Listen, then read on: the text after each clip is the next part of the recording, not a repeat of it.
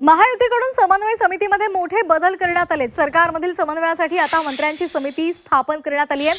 सरकार स्तरावर येणाऱ्या अडचणी सोडवण्यासाठी या समितीमध्ये बदल केलेत। प्रदेशाध्यक्षांऐवजी आता मंत्री काम पाहणार आहेत। विश्वसनीय सूत्रांनी झी24 तासला ही माहिती दिली आहे। तिन्ही पक्षांमध्ये समन्वय राखणं आणि वाद टाळण्यासाठी आता मंत्रिस्तरीय समिती काम करणार आहे। भाजप प्रदेशाध्यक्ष रवींद्र चव्हाण यांच्याऐवजी मंत्री गिरीश महाजन यांची नियुक्ती करण्यात आली आहे। मंत्री शंभूराज देसाई यांच्याकडे समितीचं समन्वयक म्हणून जबाबदारी सोपवली गेली आहे। तर या महायुती समन्वय समितीमध्ये नेमके कोण कोण आहेत आपण एकदा पाहूयात ग्राफिक्स मधून।